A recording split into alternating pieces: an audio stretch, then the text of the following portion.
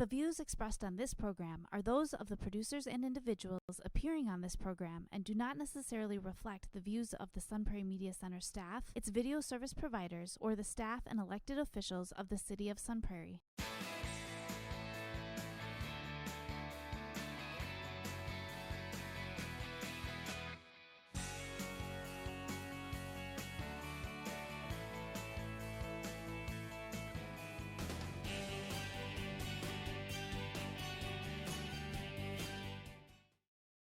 Hello and welcome to Real Reviews. My name is Jamison Rabbit, and the man seated next to me, he knows where all the cowboys have gone.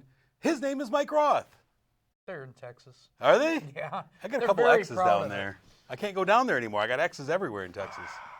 That's terrible. I know. I'm gonna write a song about it. Why do they go to Texas? They just feel kind of like they need to punish themselves a little bit. There's a program that we have set up, a transfer program. Mm-hmm. Yeah, I send X's down to Texas. They send new ones. They send new ones up this way, sure. What a program. This week we have 4 movies on the marquee for you, and I'm going to get us started with the first one that I saw this week. It's called Downhill. It is directed by Nat Faxon and Jim Rash, and it stars Julia Louis-Dreyfus as Billy and Will Ferrell as her husband, Pete. They have a couple of young boys, and they are on their family vacation. They're going on a ski vacation into the Alps. It's going to be so beautiful. Just ski every day. What could go wrong until one morning while they're sitting there having breakfast out on the gondola or whatever you call it, an avalanche comes pouring down the mountain, and for a split second, their lives flash before their eyes, at least for Billy and the kids, who think they're about to die. Pete, Will Ferrell's character, reacts by picking up his cell phone and running away, leaving the family behind to presumably die. And the movie then kind of devolves into this. It wants to be, at its heart, it's a movie about a relationship eroding and trust being tested, because Pete acts as though this was no big deal. Like it was it happened, but everyone's fine now. Whereas his wife sees it as a big deal that her life flashed before her eyes. She thought her and her kids were going to die, and she watched her husband grab his phone and run away. Yeah. And this sticks with her throughout this movie. And here's the weird thing about this movie is it has a really odd tone. You have 2 great comedic actors, like comedians. And this movie is like up and down between whether it wants to be serious or silly. It's serious and like deals with a relationship falling apart and a wife no longer trusting her husband, and some really personal moments in this movie. But then you have Will Ferrell doing his like usual bumbling slapstick amongst this. And this was the weird part for this movie for me. Julia Louis-Dreyfus I thought was great. She provided the backbone. She's versatile. She can be an actress. She can be a comedian. She did a lot. And she played this hysterical wife at times where she was just kind of out of control. She couldn't figure out her emotions and couldn't understand why her husband couldn't understand her emotions, And she was great in that. You could see the struggle in her eyes. She was starting to realize, like, I don't know if I like this guy, Yeah. Maybe this is, I'm seeing something that I should have seen years ago. But Will Ferrell just kind of plays the oblivious guy who's kind of a jerk. And it just didn't fit right to me. It's usually what he plays best. Right. You mentioned that on Facebook. He is pretty much the same character. Even if he's playing a smart guy, it doesn't quite work. He just plays like the glassy-eyed, oblivious guy, Yeah, and I compared him to Chevy Chase in that way. And it's just, it was weird because his role felt too slapsticky for me in a movie that also had some very heartfelt moments in it coming from the other side. And it was just, I was on a roller coaster of like, what are we doing here?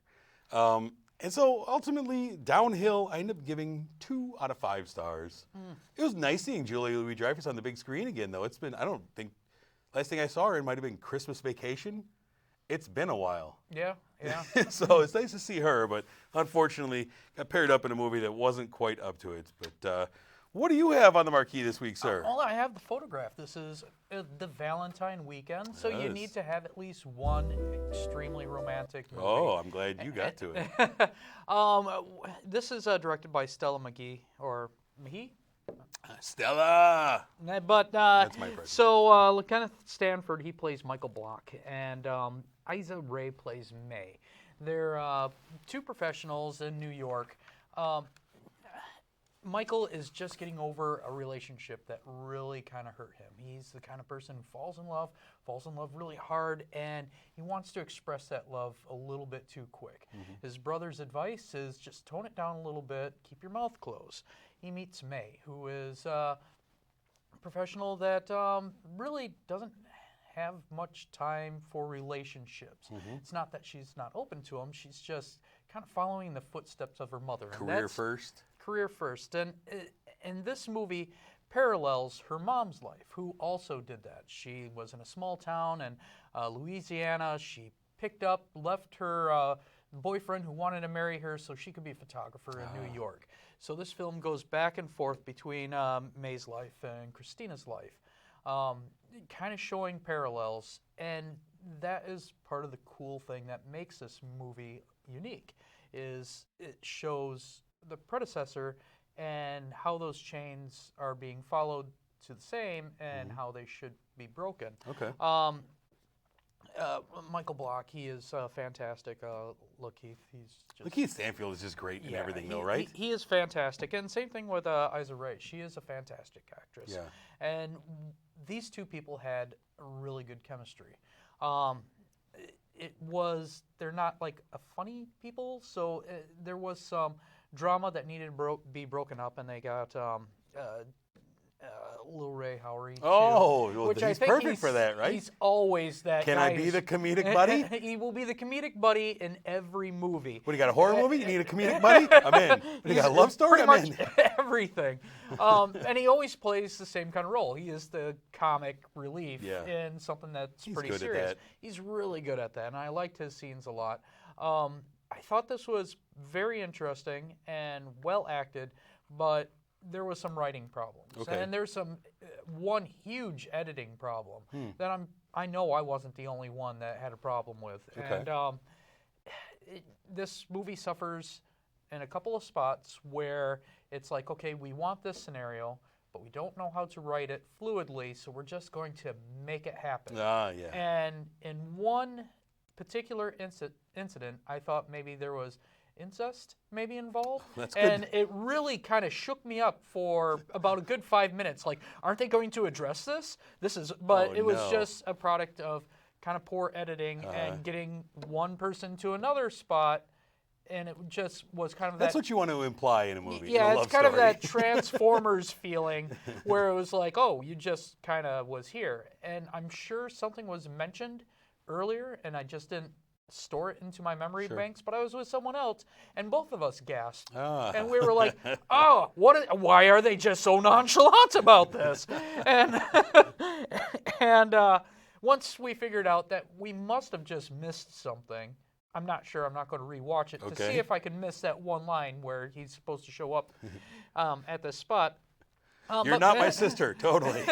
But besides those two incidents, a couple of incidences, and I thought this was really enjoyable and interesting movie. Not extremely, but enough to say it's above par. And nice. So I gave it a 3. 3 out of 5 for the photograph. Yeah, that sounds good. I'll watch anything with Lakeith Stanfield in it at least once. He's fantastic. I'll give him a shot. He's one of those actors where you could watch a movie just to watch him do his thing for a while, and you're satisfied. He's just an interesting guy. Yeah. I like the way he works.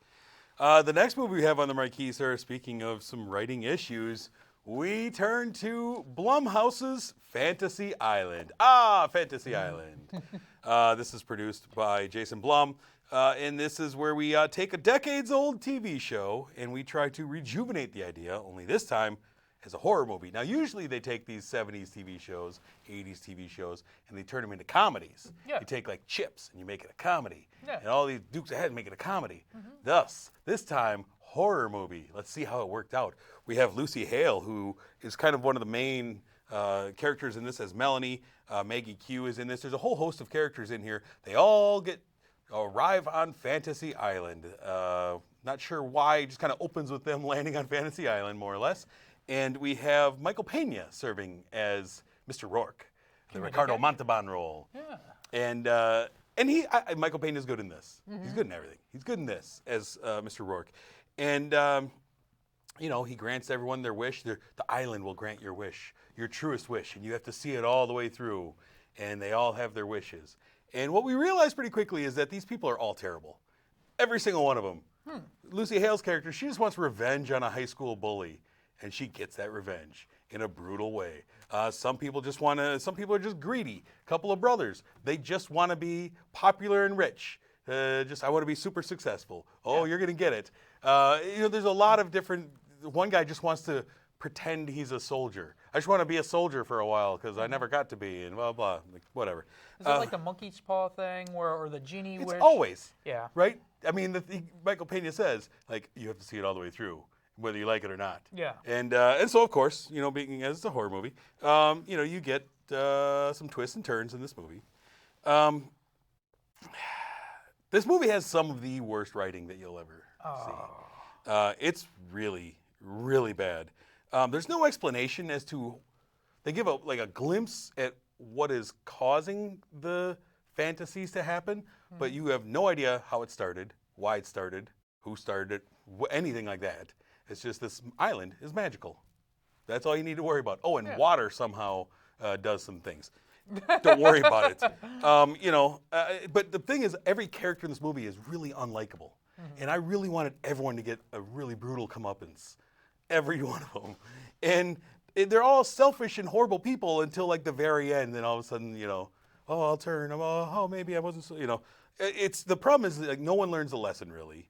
And there's 20 minutes of this convoluted storytelling at the end that just needed to be cut out. It also features, so there's a little bit of time travel in this movie with one of the characters. Poorly done time travel. And here's how you know that there was time travel involved with this dialogue, this expositional dialogue that one of the side characters says. He says, "Hey man, you look dazed and confused. Like that movie that came out last year?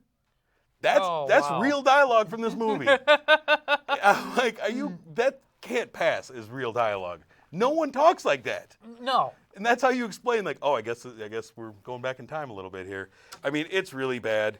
They should go back to the wiggly lines. It would be much better than, like that movie. It's just, Michael Rooker's in this movie for a few minutes. He's great, totally wasted. He's a guy who knows what's really going on. He's been on the island for a while. He looks like crazed Michael Rooker. Yeah. And then you never quite understand how he knows what's going on, what he knows, anything. He's just I know what's going on, follow me. And then okay, see you later, Michael Rooker.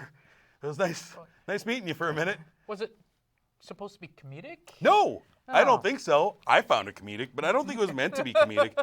The thing is, it's not as smart as how it's trying to portray itself. It feels very much like a really, really dumbed down version of Twilight Zone or anything like that, where there's the twist, I wish I could have this. Oh, I'll give it to you. Oh, but then, Well, the cool thing about Fantasy Island, the real show, is they did have these lessons that people learned, and a lot of times those shows had horror elements. Sure. I was really hoping that this would be that horror element thing. And they did the time travel. It's about getting your fantasies. But if it's all about just showing people die, and it's just such horrible writing in here throughout. The characters are just, there's nothing to them. There's no character you can grasp onto and be like, oh, I'm really pulling for this one. Yeah. And then, literally the last 20 minutes is it feels almost like they realized they had so many threads that were dangling everywhere. It's well, just tie them into a big knot and it'll be fine. Nobody will care. And I was so frustrated because I was actually kind of looking forward to this. I like the concept. Take Fantasy Island, make it a horror movie. Awesome. Cool concept. And it just, man, I did not care for it at all. Like I said, if it wasn't for Michael Pena's character, this would have gotten an even lower score than it gets. But because of Michael Pena, it rises up to 1.5 stars. Wow. Don't go see it. You don't need to. It's awful. Well, I was going to go see it. Well, I know you were. Except for you. You go see it. I want you to see it. Why is that? I don't know. You'd probably like it. Oh, You're probably into it. jeez. What is the last movie that we have on the marquee this would be week? the big one. The one we both saw. We both saw it. They were going to release this one back in summer, but the fans of Sonic, which I didn't think was that many, were outraged on how Sonic looks, so they had to redo the whole thing, and now it's a winter movie. We got Sonic the Hedgehog, directed by Jeff Fowler. We have Ben Schwartz. He is the voice of Sonic, and we have the return of Jim Carrey as Dr. Robotnik. James Marsden is also in here as Tom. He is the sheriff in a small town who dreams of something a little bit bigger. He's going to move out to L.A. and be a L.A. street cop, but he comes across this little alien hedgehog that has some super speedy powers. Yeah. The government kind of finds out about this, and of course they send Dr. Robotnik to kind of scope things out, and he is the Jim Carrey that we kind of remember in his earlier films, where he's always as much of a cartoon as Sonic is. He is wacky and crazy, and if you like his older films, this is going to be a nice bring back. Literally doing the mustache twirling in this movie. He is doing the he is playing a character, absolute character. And after that, it's just pretty much a basic action movie for kids. Try and find Sonic. There's really no moral. I mean, you have the relationship between James Marsden's character of Tom and Sonic, and them kind of bonding really quickly. But it is basically then it's the Robotnik versus Sonic movie, and I gotta tell you, man, what I'm really impressed by with this is that when the fans had their outcry last year about how Sonic looked, and the people rose up. And normally, I'm not on board with that. Like, look, you don't get to decide how the movie is. Yeah. You know, you didn't make it. But they went away. They redid the whole look of the movie. They came back, and the fans turned out and supported it. This movie's breaking records. Really? This movie is the highest-grossing comic book or video game movie of all time. That is not a tough feat, though. No, but I mean, this #1 at the box office, made a ton of money. Well, wait a minute. This made more than Pikachu? Yeah. Really? I believe so, yes. I believe when I just read yesterday was that is the #1 or opening weekend for a video game movie of all time. That's crazy. And so I like that at least if you're going to complain about a movie, that you show up when they put it out, when they fix it and put it out, True. that you show up for it. So that's cool. And people didn't just like crap on it, because when I look back at last May when they put out the trailer and everyone went nuts over how terrible it looked, I never would have dreamed that 9 months later this movie would be #1 at the box office when it came out. I figured usually those are the things like, well, it's already been poisoned at this point. Well, they were right. Watching those trailers in and the then if you put them was side by horrific. side now, if you look at I've looked at pictures of the two of them side by side, like, oh yeah, that would have been horrifying. And I don't think it would have played right with Jim Carrey's Dr. Robotnik against that Sonic. That Sonic, they tried making it look too hedgehoggy. Look mangy. Yeah. Yeah. And now it's like, it's a cartoon, and we just live action the cartoon. I think Jim Carrey was really fun in this movie. It's been a while since I've enjoyed Jim Carrey. He's been gone. Well, and his over-the-top stuff worked perfectly in this movie as Robotnik, and I liked him a lot. Him and his drones, everything about that I enjoyed. There's one character in the movie that I really did not like, and I didn't understand why this character even needed to be in the movie because they served no purpose. So James Marsden's wife, Maddie, played by Tika Sumpter, her sister is involved in this movie in several scenes, and her sister's character is basically just to say, you guys should be divorced. You shouldn't have married my sister. My sister's too good for you. That's basically her entire character throughout the movie. Every time she shows up, she's like, my sister should divorce you. Why? Where does this belong in this movie? I think they wanted a little bit more concentration on the marriage instead of just hitting Great, Sonic, but I don't know. I don't think need this like added at fifth all. wheel back here being like, you guys shouldn't be married. Thanks. I don't know. She was just annoying. But I like this. I think that this kind of broke away from the video game. I mean, it is, like you say, it's a low bar to clear. It is. It's a horrible run of video game movies. I think this is one of the better ones. Yeah. Damning with faint praise, but yeah, it's I mean, that's absolutely right. You have a list, again, mentioning Facebook. I'm not trying to shill Facebook. Yeah, go but you have a list of all these video game movies, and I'm looking at it, and it's like, what's my favorite one? Yeah. It's like, I like the soundtrack to Mortal Kombat, but it wasn't a good movie. I love Mortal Kombat. It's a terrible movie. Yeah. It is 100% guilty pleasure. It, Because it's not a good movie. Yeah, no. And then you have Mario Brothers. Yeah, and that's not good Doom either. and stuff like that. It's like, wow. Yeah. And you didn't even touch the ooh-ball stuff. And No. the ooh-ball is just notoriously bad. Right. Yeah. Yeah. I don't know. I'm glad that the delay fixed the movie, and I think we're going to get a sequel. There's stinger scenes after the credits that set up sequels already. I think we're going to get just because of how successful it was opening weekend. I did not know that Sonic had such a massive following, though. I mean, I wasn't a big Sonic guy. Like, that was just past when I was, like, really into Sega. Back in the 90s, you had your big Nintendo crowd and big Sega crowds, Yeah. and they were constantly harping at each other. When I was young, and I remember my friends just like, no, I'll never get a Nintendo because the Sega processor is so much better, and Sonic is way better than Mario. I'm more of a Mario guy. How'd you think it worked? Like he uses the rings to travel through. I thought that was a lot better than having a ring just to make sure you don't die. Yeah. Because I was kind of curious how they were going to use the rings because it's important. yeah, in the video game, they never really explain the importance You just of grab a rings. ring, You right? just grab the ring and you run, and then you beat something at the end. I'm glad this one had a plot. I think when it comes down to plots, this movie is better than video game, but I wasn't really a fan of the video game. Yeah. I was a diehard Mario guy. This guy. So you think we're going to get a Mario movie? I mean, we've had a couple of successful video game movies now in a row. Yeah. Maybe we get that Mario movie supplanting the old one. I think Mario is so obscure that it can't be translated well. What do you mean obscure? Well, Everyone knows Mario. You have a plumber. Yeah, who, and his brother. And they jump around on mushrooms. Yeah, and yeah, they collect do. coins. So you get And Mario, for some reason, they know a princess really well enough to Right. risk their lives. And you got a King Koopa out there and all kinds of things. And if you go up against the whole Donkey Kong thing, it's like that. Why this is the is a plumber? world opening up. This is universe building right here. I don't think we're going to have our basic writers on this. We're going to have someone who's actually really good. Christopher Nolan does Mario. And then he oversees the whole Mario, Donkey Kong, the Nintendo universe.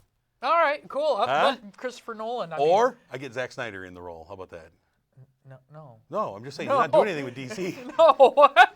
No, that's how you make a bad movie. Speaking of DC, one of the things with this movie, real quickly, that I've been seeing a lot of online, sitting on Twitter talking about this movie, is it feels like there is a ton of people out there who want to compare this box office with the Birds of Prey box office and be like, well, Birds of Prey failed and this one was good. And they, for some reason, I have this massive contingent of people who are using the success of this movie to put down Birds of Prey and kind of some of the political connotations. Oh, Birds of Prey was against men. This is a women power movie, and this one, and I'm seeing it all. I'm like, over and over again, I'm seeing this online, and I just think, why do we have to compare all these movies?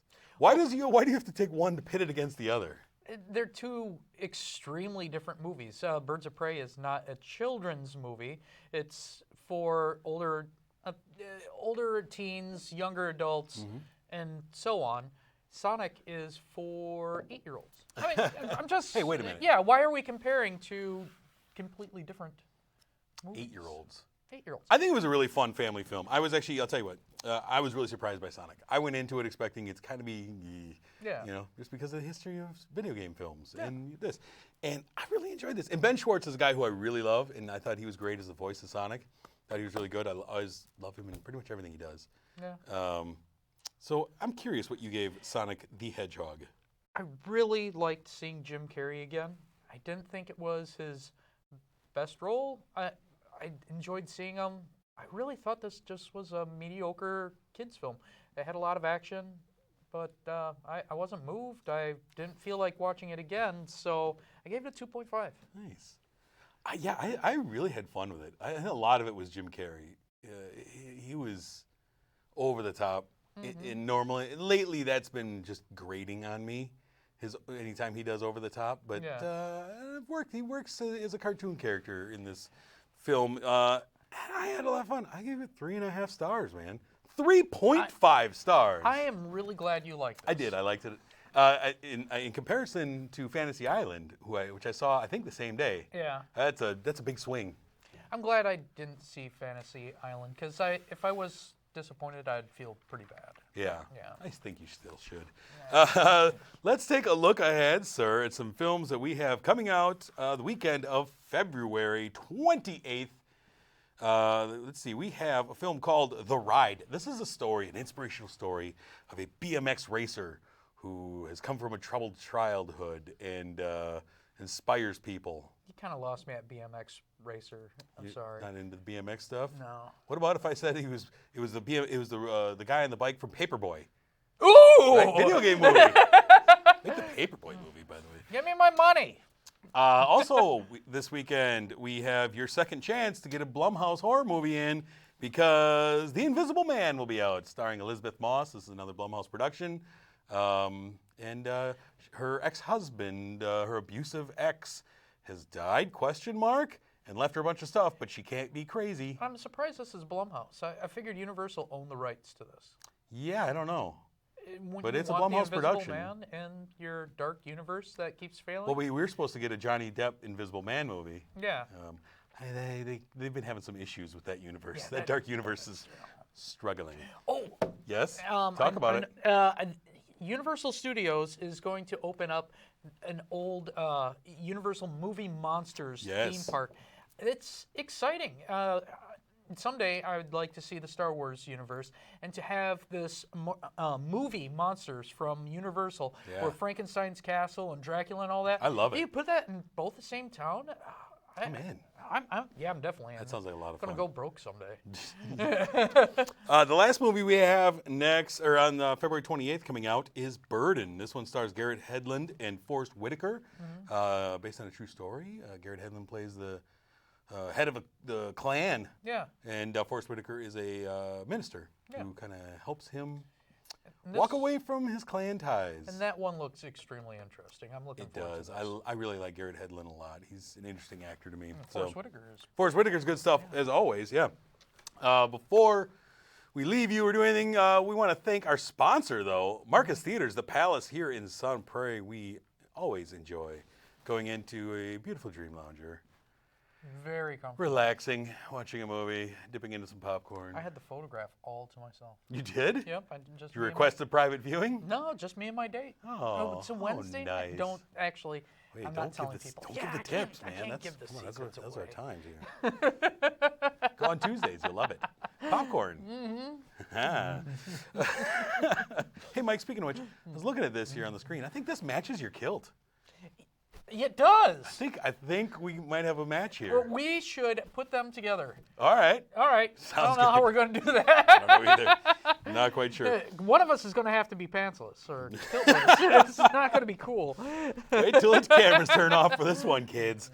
Let's see. Next week, sir, we have a few movies. We have Bram's The Boy 2. Yeah. Why would somebody bury a doll? We're going to find out. Did you watch the first one? Oh, or was yeah, I stuck saw with it. that one? No, I saw it. Because I like what's her name? Lori from, Yeah, from Walking Dead. Yeah. Lori Cohen. I like Yeah. her. I didn't like the movie. No, but they made a sequel. Unreal. Must have been like the only horror film at the time or something like that. Could be. We also have Call of the Wild, Harrison Ford and a CGI dog. What about My Spy? Oh, My Spy. I believe that came out last August, didn't it? No. That movie, No. I don't know if it's ever coming out. It keeps getting pushed. Yeah, it was supposed to come out last year, and they just keep advertising and advertising. I like seeing the trailer before every movie for 6 months. Yeah, they need a new trailer. Dave Bautista and a little girl. What could be funnier? I've been watching that since spring of last year, Yeah. at least. Yeah. Hilarious. All right, we're going to announce it someday. It's going to be great. It's going to be so much fun. Next week, we also have a streaming spotlight on Netflix called System Crasher. We'll be talking about all of those movies and so much more next week. So make sure you tune in as always. But until that time, I'm Jamison. I'm Mike Roth. Thanks for watching.